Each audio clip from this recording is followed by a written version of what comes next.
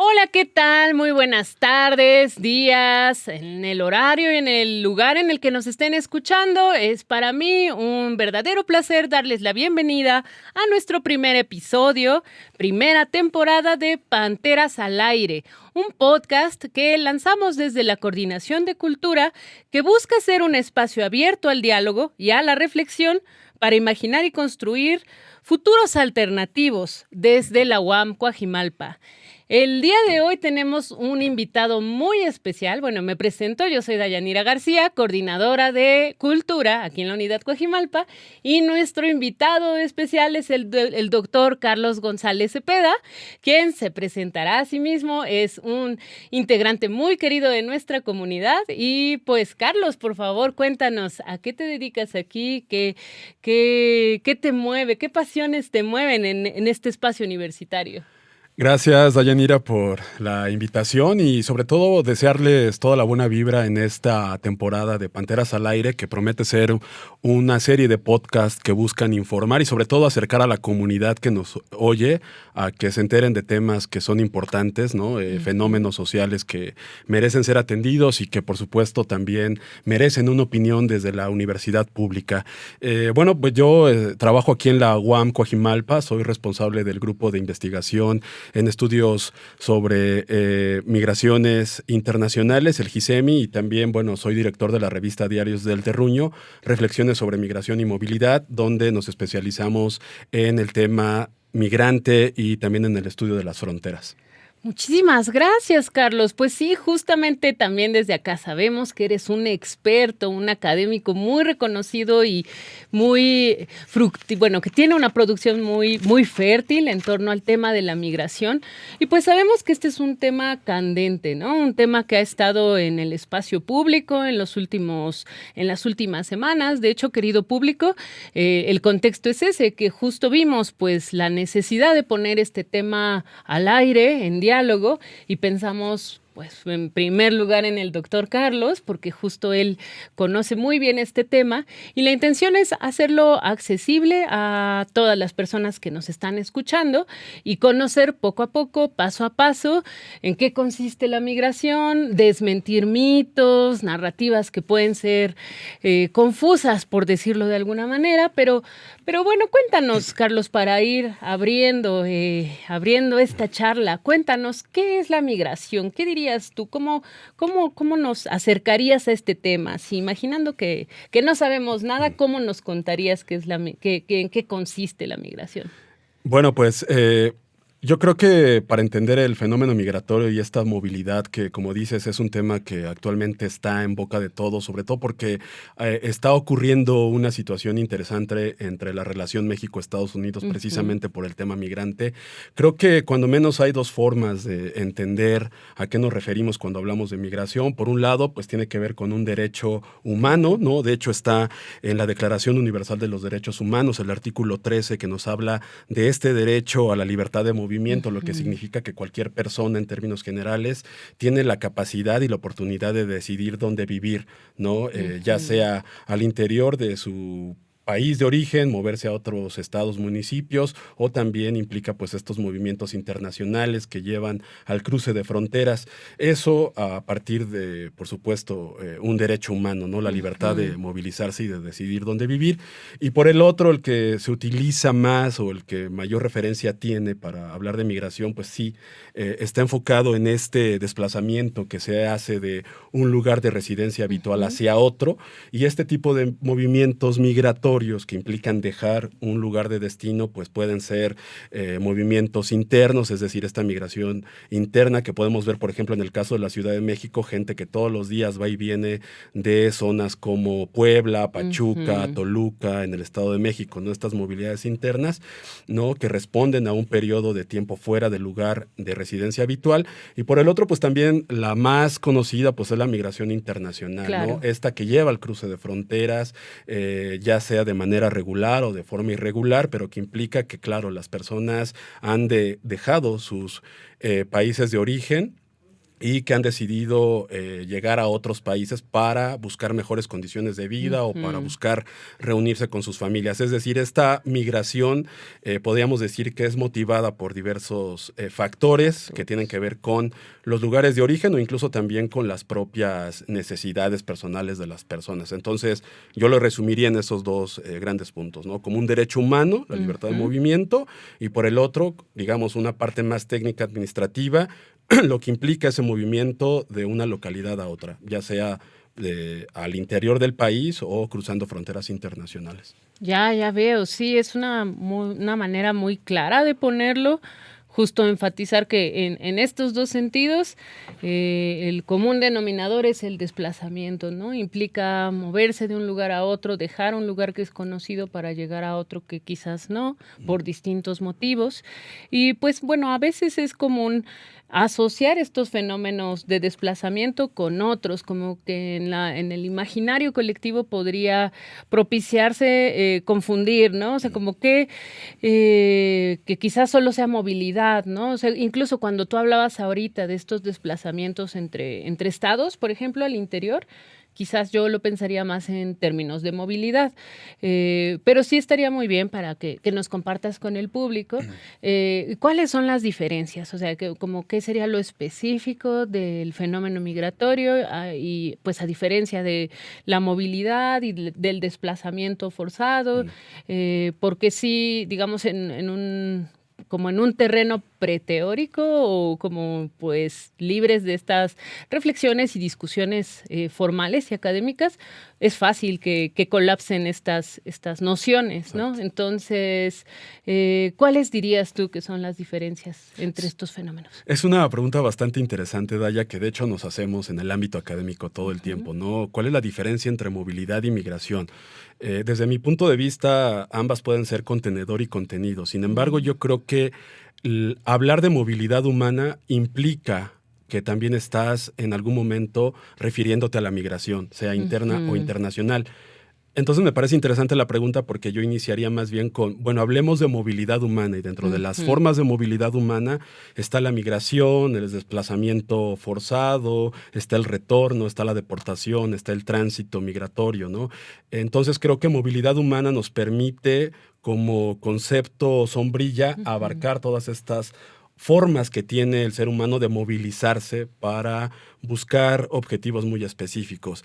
En ese sentido, a mí me parece que dentro de estas formas de movilidad humana sí que la migración es una de estas, es la más conocida, porque como lo decía, puede haber migración interna, migración internacional, pero también en los últimos años estas movilidades humanas se han ido permeando, ¿no? Por ejemplo, de estos otros desplazamientos que hace algunos años estaban invisibilizados y que ahora llamamos desplazamientos forzosos, ¿no? Y que tienen que ver sobre todo por cuestiones asociadas a climas de violencia, inseguridad, que las personas no se sienten seguras en sus localidades de origen, ¿no? Y que contrario, por ejemplo, a la migración, no tiene como esta connotación de obligada, ¿no? Digamos, el desplazamiento forzoso, en algún sentido, lo que yo podría decir es que la gente está huyendo del lugar. La huida es un concepto importante para entender este desplazamiento forzado, mientras que la migración tradicionalmente ha respondido como otros factores de toma de decisión que están ligados a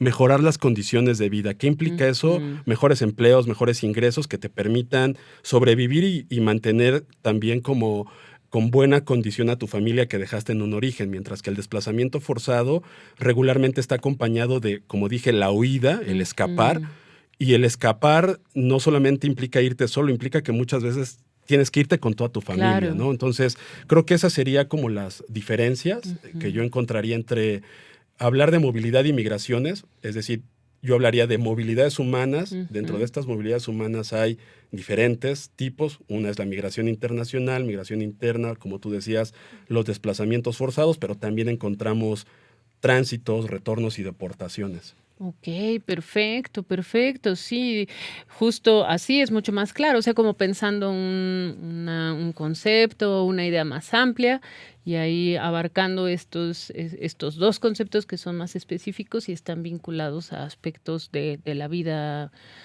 pues de cada persona o de cada grupo de personas que deciden transitar, ¿no? Moverse de un lugar a otro. Y bueno, ahora que hablas de las deportaciones, pues eso también es un tema candente ahora mismo, en las últimas 2 semanas. Eh, y nos lleva a pensar en el fenómeno migratorio de México especialmente. Y que de hecho, como quizás el público sepa, pues México tiene una gran tradición migrante. Es algo pues bastante conocido. De hecho, cuando estábamos platicando sobre este primer episodio, justo comentábamos que casi todas las personas tenemos alguna historia de algún familiar o alguien que ha sido migrante o que fue migrante. Por ejemplo, en mi caso, mi abuelo materno era un migrante, era un bracero y bueno, era no sé, como en los años 40, 50, y él iba y venía para trabajar en los Estados Unidos. Entonces es una historia pues relativamente cercana. Digo, no conozco tantos detalles, pero así como en mi caso, pues el resto de las personas pueden compartir un caso semejante. Entonces nos gustaría que nos compartieras, ya aterrizando este fenómeno de la migración en nuestro país, ¿qué podrías contarnos más al respecto, sabiendo que hay esta gran tradición migrante en México? Sí, es súper interesante cómo planteas la pregunta y además cómo también nos compartes tu propia historia, ¿no? De tu abuelo que fue bracero. Y este es un dato importante porque justamente la historia migratoria de México con Estados Unidos empieza, digamos, con el programa Bracero en los 40, ¿no? Que como sabemos, el programa Bracero en términos generales era, lo que buscaba era que las grandes empresas, sobre todo agrícolas y ferroviarias de Estados Unidos, vinieron a regiones de México, sobre todo el centro occidente del país, a estados como Michoacán, Jalisco, Guanajuato, Zacatecas, aunque también hay indicios de que se sumaron a estos migrantes personas provenientes de otros estados, sobre todo del sur del país. Lo que buscaban estas grandes empresas era contratar a mano de obra para trabajar en el campo agrícola y en la construcción de las vías férreas, porque sabemos que Estados Unidos estaba participando en la Guerra Mundial y bueno, se había quedado sin una reserva importante de trabajadores que pudieran mantener los campos con productos alimenticios y demás. Eso fue como una de las primeras etapas importantes de la historia migratoria entre México y Estados Unidos, porque una buena cantidad de migrantes, trabajadores agrícolas, se enganchó en estos programas para ir a trabajar a los Estados Unidos, ¿no? Ahí empieza realmente como esta construcción de redes migratorias que años posteriores pues fueron el cimiento para que familias completas migraran a estos lugares donde muchos de estos primeros migrantes braceros se asentaron, sobre todo en California, Texas, Nevada, Washington, que es donde empezamos a notar como la primera llegada de familias, ¿no? Que buscaban justamente reunirse con estos trabajadores que iniciaron los trayectos migratorios.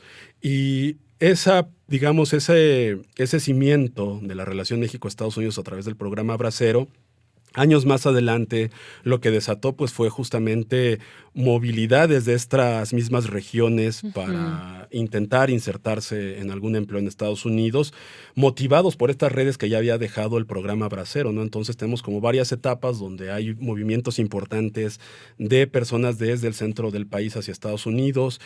Una segunda etapa importante es la década de los 80. En la década de los 90 tenemos el boom de los cruces irregulares hacia Estados Unidos, que es cuando observamos en los medios de comunicación estas imágenes de agentes fronterizos custodiando principalmente las ciudades fronterizas de Tijuana, Mexicali, ¿no? Y donde vimos también una importante número de muertes de inmigrantes, sobre todo mexicanos, que intentaron cruzar hacia los Estados Unidos. Es cuando surgen estos dichos del mojado, claro, sí. porque cruzaban, claro, por el río Bravo, ¿no? Y lo hacían nadando. Entonces, me parece que en los 90, después saltamos a la época de los 2000, donde también vemos un importante flujo migratorio. Después tenemos la etapa que viene después del 11S, ¿no? Del 11 de septiembre, con el asunto de las Torres Gemelas, que eso fue un parteaguas para también entender el tema de la migración desde otra concepción, ¿no? Ahí me parece que es el parteaguas para empezar a analizar o pensar en el tema migratorio como una cuestión de seguridad nacional. Interesante. ¿No? Es cuando vemos todo el despliegue por parte de los Estados Unidos para vigilar la frontera, para vigilar la nación, ¿no? Toda esta cuestión de la sospecha del extranjero, del inmigrante, es cuando vemos accionar políticas migratorias que iban enfocadas justamente a reducir esa migración indocumentada que desde los 90 estaba como llegando hacia los Estados Unidos, ¿no? O sea, creo que eso fue un evento importante y más adelante pues lo que tenemos son la aparición de políticas migratorias restrictivas que lo que han hecho es ir cambiando la dinámica de estas movilidades que no han parado, ¿no?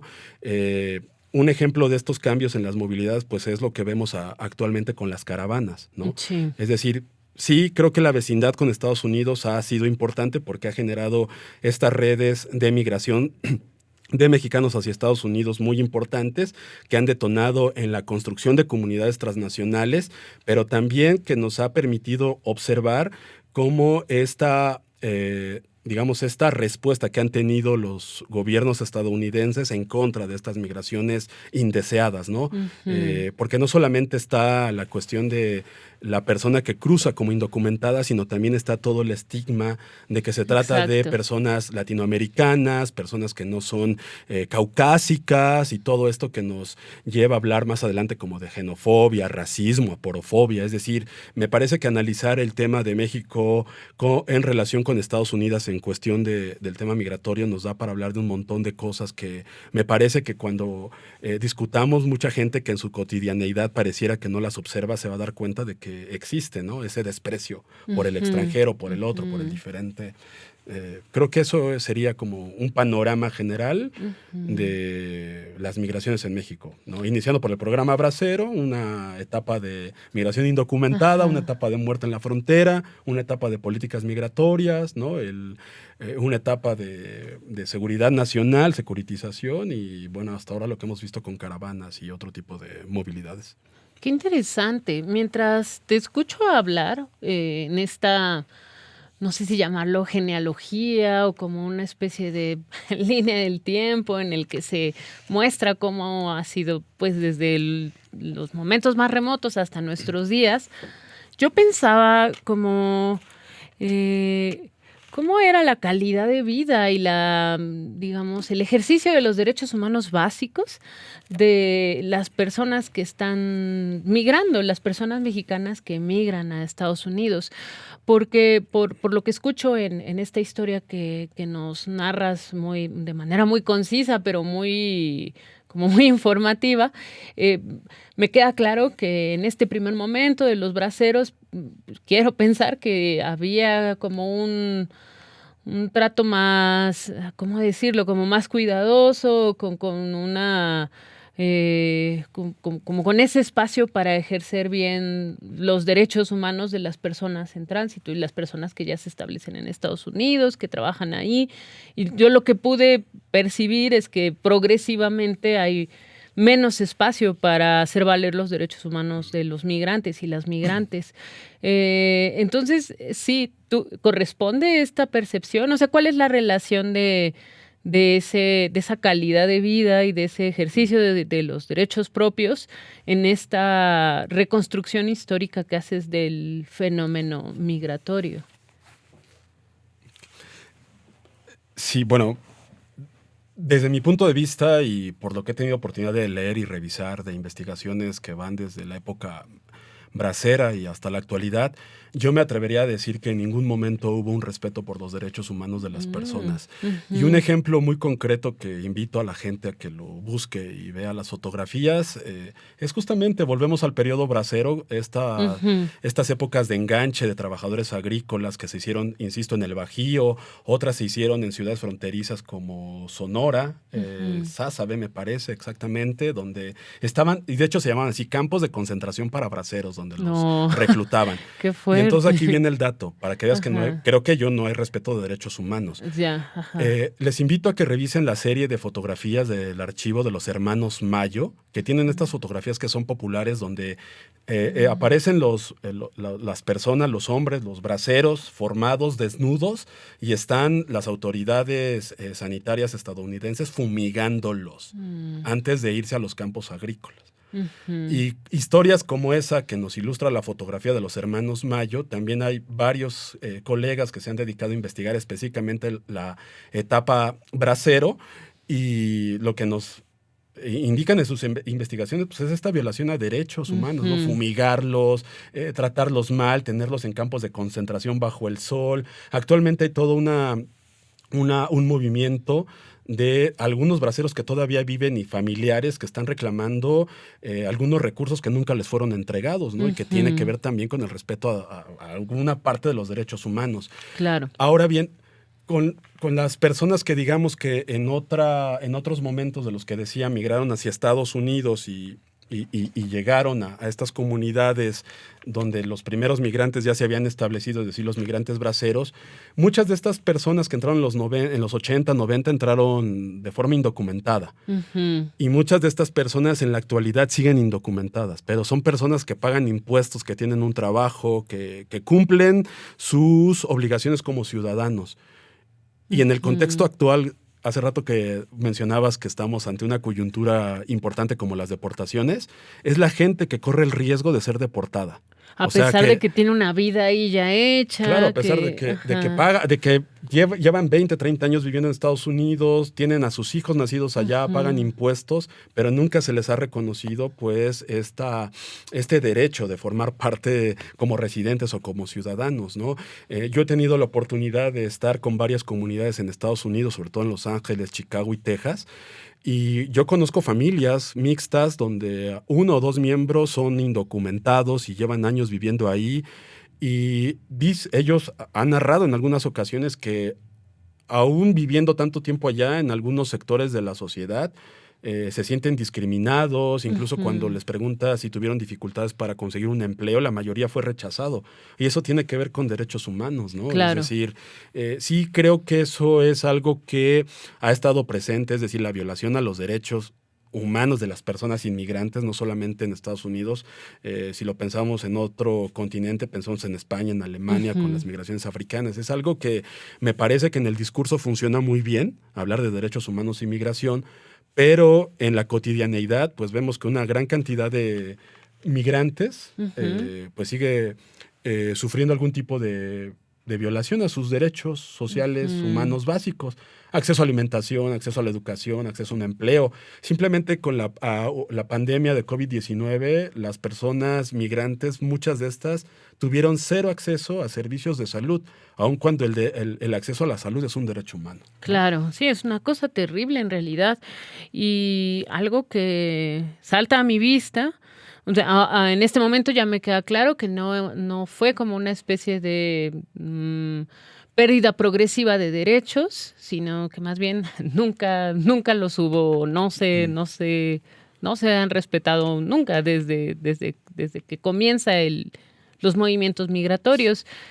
Pero entonces aquí mi pregunta es, y como para ir conectando con la primera pregunta en la que nos contabas en qué consiste la migración, ¿por qué un movimiento, algo que es pues natural al ser humano, que responde ya sea a buscar una calidad de vida mejor, distintas oportunidades, porque algo que es tan natural o que en el caso extremo responde a una urgencia, a una necesidad de escape, de huir de una situación de violencia, cualquiera que sea esta, pero que pues implica irse de su hogar, porque estos dos fenómenos se asocian habitualmente con narrativas de crimen o con esta carga pues racista, porafóbica. ¿Cuál dirías tú? ¿Qué podrías qué hipótesis podrías lanzar al respecto? Seguramente ya se ha pensado mucho al respecto, pero me parece peculiar, pues, que si es algo tan connatural al ser humano, o sea, algo que responde a necesidades, pues, reales, tienda a ser criminalizado y a asociarse con estas cargas racistas, de discriminación. ¿Tú qué nos podrías decir al respecto? Sí, en principio sí, me sumo, creo que eso ocurre y creo que mucho de estas acciones que se dan tiene que ver con los discursos y cómo esos discursos generan comportamientos en la gente y esos comportamientos al final generan como contextos, ¿no? Sé que suena un poco complicado, pero ahora voy al punto. ¿Por qué siempre se ha criminalizado en algún sentido los movimientos migratorios irregulares? ¿Y por qué regularmente estos movimientos que se han como tratado de frenar y todo, regularmente provienen del sur, de países del sur, pobres, ¿no? O sea, porque Sí. si pensamos en la migración europea, Claro. esa regularmente no tiene barreras, no tiene estigmas, no tiene esta carga simbólica que tú señalabas. Entonces ahí viene. Yo creo que tiene que ver con una cuestión de discursos y de cómo la persona o la figura de la persona migrante sirve para legitimar esos discursos y para legitimar las acciones de los gobiernos, ¿no? ¿Por qué? Porque por un lado, podemos ver que algunos países, sobre todo el norte global, que es a donde regularmente llegan estas migraciones del sur global, vemos que el discurso es, bueno, hay crisis en estos países, pobre gente, abramos las puertas para que vengan a buscar mejores condiciones, ¿no?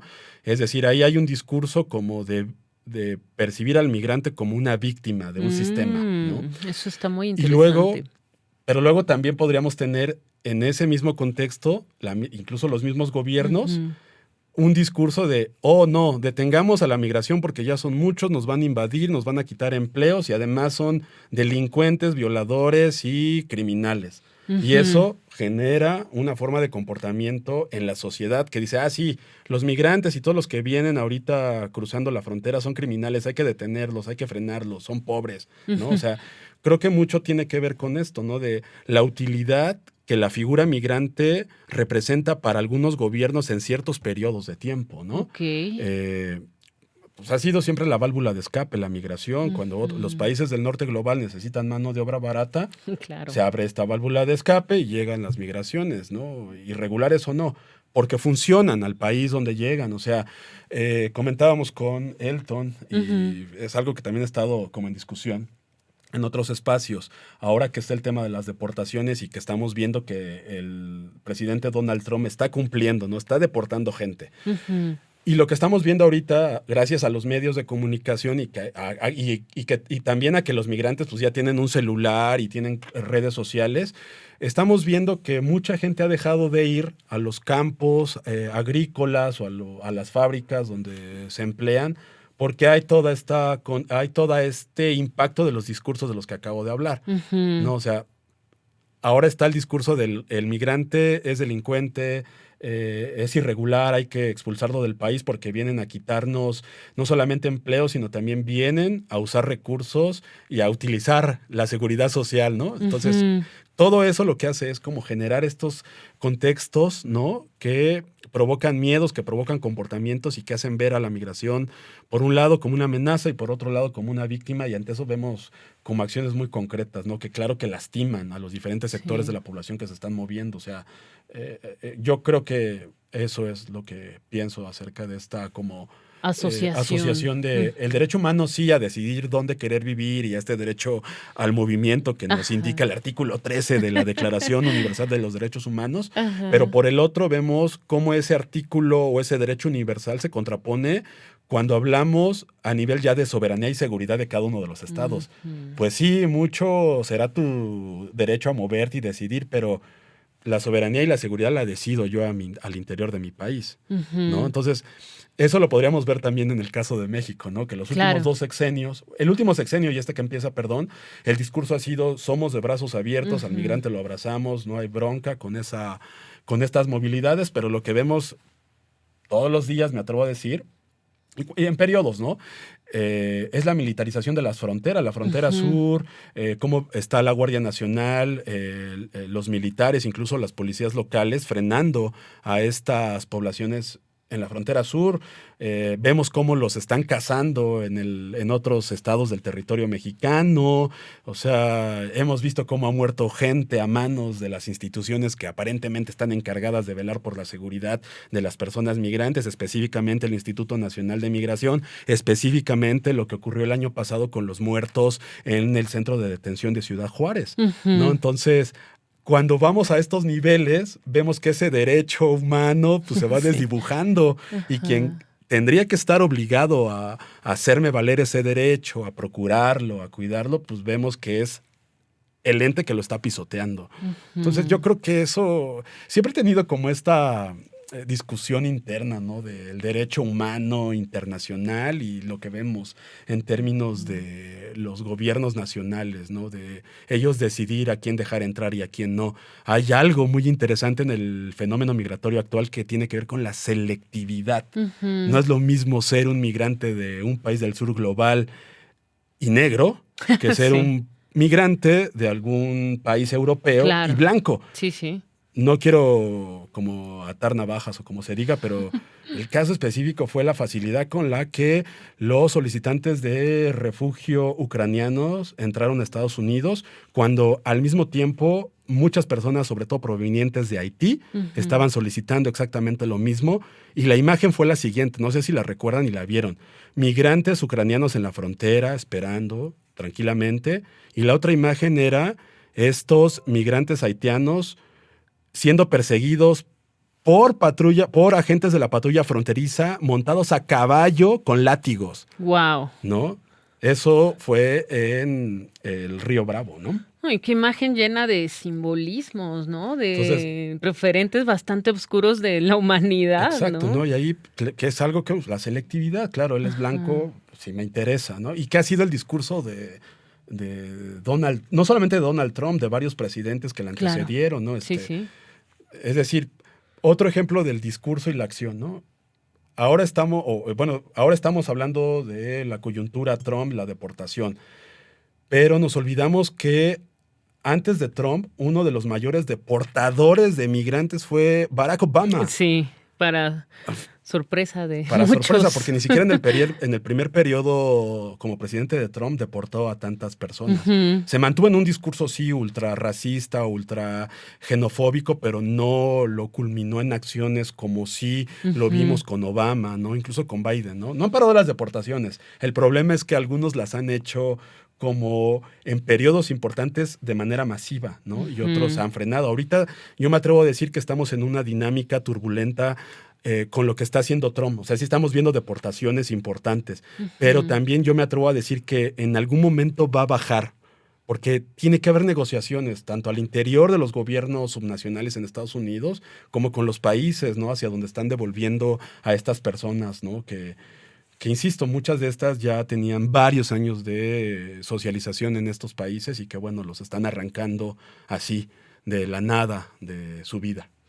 Sí, además es interesante ver también cómo en esta explicación que nos facilitas, pues sale a relucir la migración no solo de mexicanos hacia el Mm. norte, sino también pues personas de los países del sur de América, pasando por México y también dirigiéndose al norte, ¿no? Lo que ya has descrito como las migraciones del sur global al norte Mm. global y específicamente en este continente.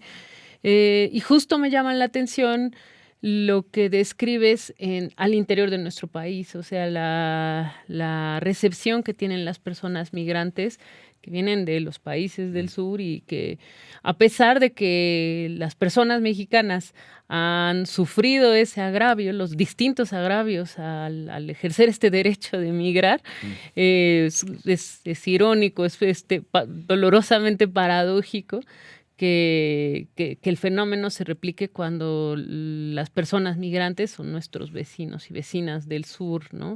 Mm. Entonces, ese también me parece un fenómeno peculiar y digno de observación, porque también una de las cosas que motivaron, pues, mi interés en particular en conversar estos temas, en abrirlos al espacio público universitario, es justo, que he tenido la oportunidad de escuchar comentarios dispersos Mm.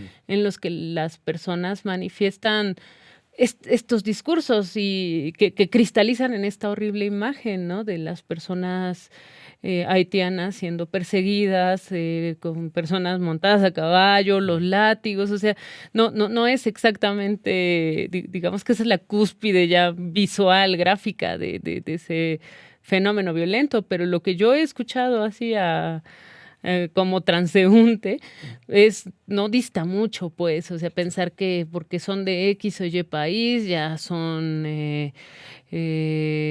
secuestradores o que nos van a robar o que son criminales por el simple hecho de estar aquí esperando para ir al norte. Entonces, ¿tú cómo lo percibes desde el conocimiento que se construye en el grupo de investigación y pues desde tu propia experiencia, expertise y también lo que has podido conversar con colegas, ese fenómeno interno de darle sentido a la migración aquí en Sí. nuestro país? Sí, mira, me parece interesante porque esta pregunta y este comentario que haces me permite aclarar también algo importante que la gente que nos escucha debe saber. Hace rato hablábamos del programa Bracero y de como diferentes etapas de migración de México.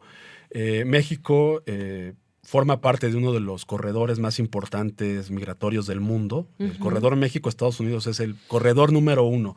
¿Qué significa esto? Que por este corredor o por estos países transitan miles de personas provenientes no solamente de Centroamérica, de América del Sur, sino también ahora de Asia y del África subsahariana. Es decir, es un corredor importante migratorio. ¿Por qué? Porque Estados Unidos es además el principal lugar de destino de la migración en el mundo, ¿no?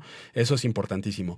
Pero además México no solamente se caracteriza por ser un país expulsor de migrantes, ¿no? Ya decías lo de la época bracera, que es de los 40, o sea, que es donde se empiezan a construir las redes migratorias y que todos sabemos, como tú iniciaste el programa, todos tenemos una historia o un Sí. familiar migrante, sí, porque eso ha sido producto de esta dinámica importante entre México y Estados Unidos, ¿no?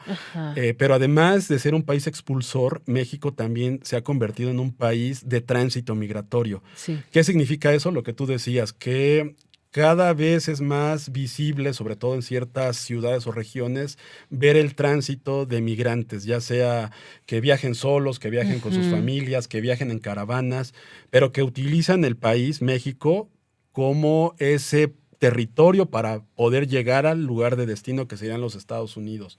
Y en ese territorio pues ocurren un montón de cosas, ¿no? De violaciones, violencias a las cuales se enfrentan estas personas en movilidad migratoria, ¿no? Que buscan llegar a los Estados Unidos, ¿no? Entonces tenemos expulsión migrante, tránsito migrante por el territorio mexicano, pero también en los últimos años nos hemos encontrado con que hay una forma de movilidad, esto que tú también preguntabas al inicio, que son desplazamientos forzosos, Sí, internos, claro. y que eso regularmente no los tenemos como en el radar de que la gente también al interior del país se está moviendo para buscar mejores condiciones, porque huyen del crimen organizado, porque huyen de la violencia, porque huyen del hartazgo de los gobiernos subnacionales o locales que no les resuelven la vida. De esos movimientos también hay muchos, ¿no?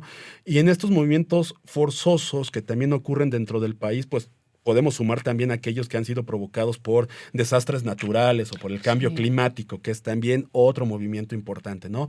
Entonces, estos desplazamientos forzados también ocurren dentro del territorio donde transita un montón de gente que busca llegar hacia los Estados Unidos. Entonces tenemos expulsión migratoria, tránsito migratorio, desplazamientos forzados internos, pero también México, me parece que también desde los 2000 para acá se ha convertido en un territorio de retorno migratorio. Es decir, aquellas personas que habiendo cumplido su proyecto migratorio han decidido regresar a su comunidad de origen de manera voluntaria o de manera forzosa.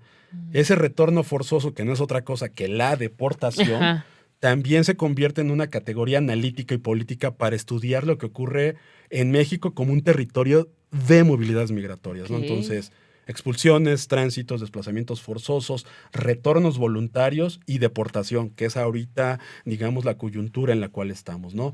Y entonces, ante todo ese dinamismo que tiene el territorio mexicano con gente que quiere llegar a nuevos lugares de destino, ya sea para conseguir mejores opciones laborales, para reunirse con sus familiares o porque, como decía, han huido de sus países de origen por persecución o algunos otros que también se están movilizando por esta cuestión de desastres climáticos, me parece que ponen al territorio como justamente uno de estos países como súper importantes donde ocurren un montón de formas de movilidad, pero también donde observamos un sinfín de formas de violar esos derechos de esas personas en movilidad, ¿no? Y esto me parece como importante señalarlo, porque eso implica también hablar de la capacidad de respuesta que pueda tener nuestro país para atender todas esas formas de movilidad, ¿no? ¿Qué está haciendo, qué hacemos como país, como sociedad, con toda esa gente que vemos circulando? No sé, yo ahora le preguntaría a la gente que nos escucha y a ti misma, la Ciudad de México en los últimos años se ha convertido en un lugar de tránsito migratorio importante. De hecho, la Ciudad de México está catalogada como una ciudad santuario para los migrantes, es decir, donde se les respetan sus derechos, no se les persigue, etcétera, etcétera. Y lo que hemos visto es otra cosa. Sí, o sea, totalmente. Sobre todo a mí me sorprende la reacción de la sociedad. Exacto. Ahora, el año pasado que llegaron varias personas movilizándose a través de caravanas que se instalaron en varias partes de la ciudad, sobre todo parques con campamentos temporales, y vimos la reacción de la gente. Salieron a manifestarse para que quitaran de ahí esos campamentos, para que quitaran de ahí a estos migrantes, ¿no? Sí me atrevo a decir que varias de estas también denuncias de la sociedad pues hacían reflejo entre líneas de ese desprecio al pobre, Exacto. al otro, Sí. ¿no? O sea, no lo dicen directamente, pero es decir, váyanse de aquí porque son haitianos, venezolanos y colombianos y son delincuentes, ¿no? O sea, cosas así, ¿no? Sí, sí. En mi experiencia investigativa, eso es lo que he observado. Sí hay como cierto rechazo de la gente. Incluso académicamente, creo que no nombramos de forma adecuada estas cosas que observamos.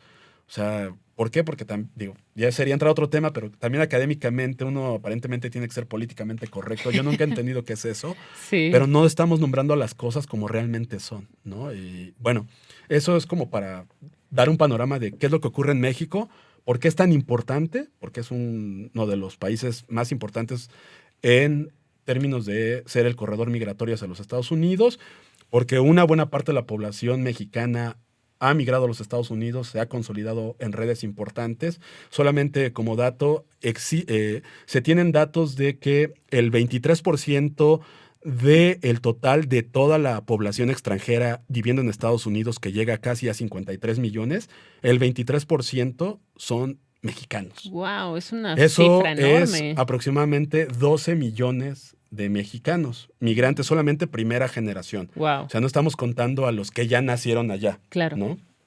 Y de esos 12 millones, cerca de 4 millones están en condición indocumentada. O sea, somos una población migrante importante. Y esto me lleva a lo que también preguntaba Elton la otra vez. ¿Qué va a pasar en este contexto de la gente que están empezando a deportar, de la gente que ya no va a ir a sus trabajos? Lo van a resentir las economías, ¿no? O sea, Arizona ya, a través de la gobernadora, ya hizo un pronunciamiento de que ellos no van a participar en las redadas ni a molestar a la población indocumentada, porque claro, les va a pegar en su economía. Pensemos en Arizona, pensemos en California, que es el estado con mayor cantidad de inmigrantes y sobre todo mexicanos.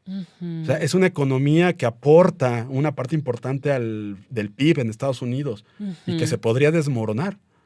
O sea, por eso digo, las implicaciones del contexto actual de la deportación, del discurso, sí podrían generarnos como cierta turbulencia, pero siento que en algún momento van a parar para empezar esta etapa como de negociaciones. Ya veo, sí.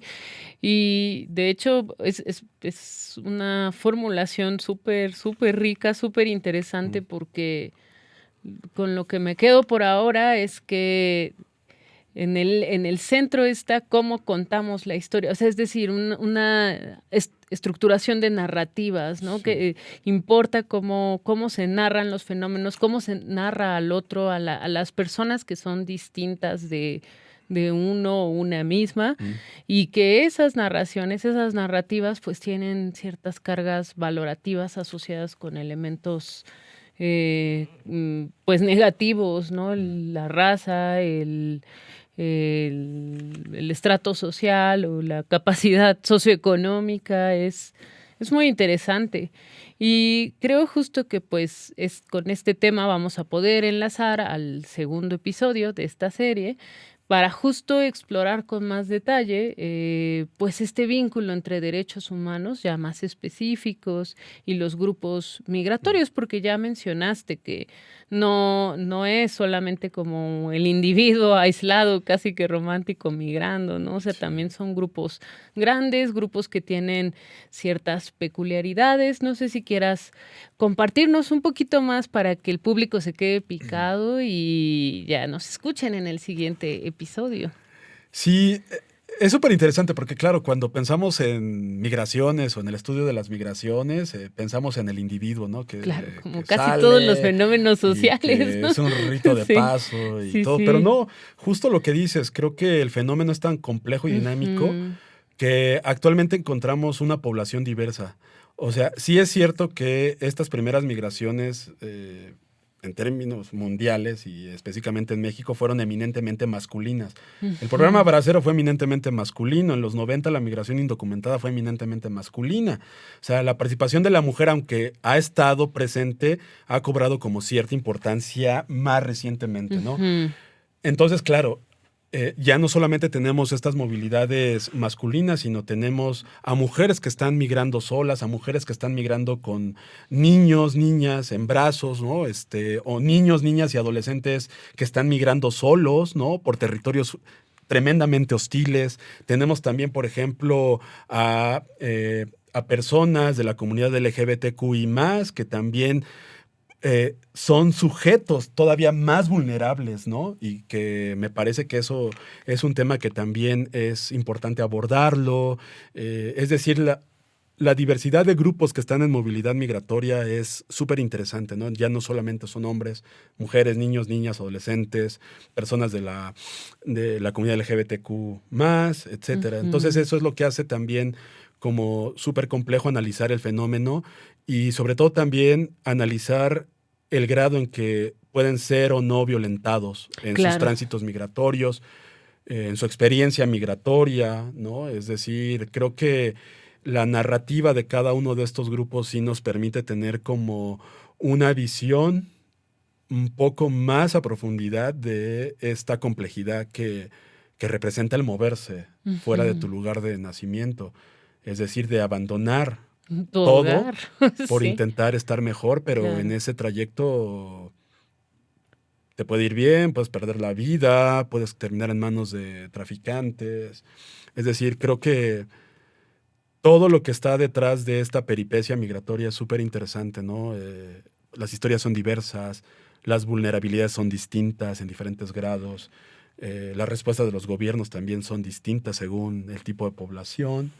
Entonces creo que eso es lo que permite como que este tema pueda irse como por varias rutas, ¿no? Sí, Eso podría exacto. decir. Hay un montón de aristas, ¿no? Para Sí. pensarlo, para posicionarlo. Pero bueno, el propósito de este primer episodio fue justamente darles un panorama amplio, los conceptos más básicos para empezar a introducirnos en el tema. Si tienen alguna duda o algún comentario que le quieran compartir a Carlos, con confianza pueden dejarlo escrito en nuestras redes sociales y Carlos con gusto puede darnos respuestas o más preguntas quizás. Y pues eso, el próximo episodio vamos a estar investigando, platicando, reflexionando al aire un poco más sobre estas especificidades de los grupos migratorios y cómo esto pues se vincula con pues los derechos humanos, que si se respetan, si no, si se ejercen, si no, si se violan. Mm. Entonces, pues Carlos, muchísimas gracias por ser el hado padrino de este podcast. Es para nuestro equipo un honor tenerte aquí y pues ¿quieres decirle algo al público antes de que nos despidamos? No, hombre, bueno, agradecerles por invitarme a este proyecto que sin duda creo que hace falta, sobre todo cuando hablamos desde la universidad y la universidad pública, y sobre todo también cuando nos sumamos a esta intención que tiene la Universidad Autónoma Metropolitana, ¿no? De ser una casa abierta al tiempo aquí. Entiendo que también el espacio del podcast es ser un espacio abierto al conocimiento, al diálogo y a lo que comentabas al principio, ¿no? A imaginar otros futuros alternativos, y creo que estamos muy contentos, cuando menos yo, de participar en esto y de tratar de comunicar sobre un tema muy concreto que es importante en la agenda global, que es importante en la agenda nacional y que sin duda creo que merece de más cabezas que estemos reflexionando y proponiendo cosas para hacer un mundo alternativo, no sé si mejor o no, pero alternativo. Y más habitable. Y más ¿no? habitable, Sí. ¿no? Y tolerante, creo. Exacto. Sí. Así que bueno, yo encantado de poder participar y de sumarme a Panteras al Aire. Qué bonito nombre, por cierto. Muchas gracias, Carlos. Muchas gracias, amigas, amigos. Y recuerden, piensen críticamente en torno a esto, cuestionen las ideas que tienen sobre migración, pregúntense, ¿acaso yo he visto una persona migrante y he tenido esos pensamientos que se describieron a lo largo del podcast? Y cuéntenos, déjenos sus comentarios, sus dudas. Estaremos muy felices de leerles. Hasta la próxima.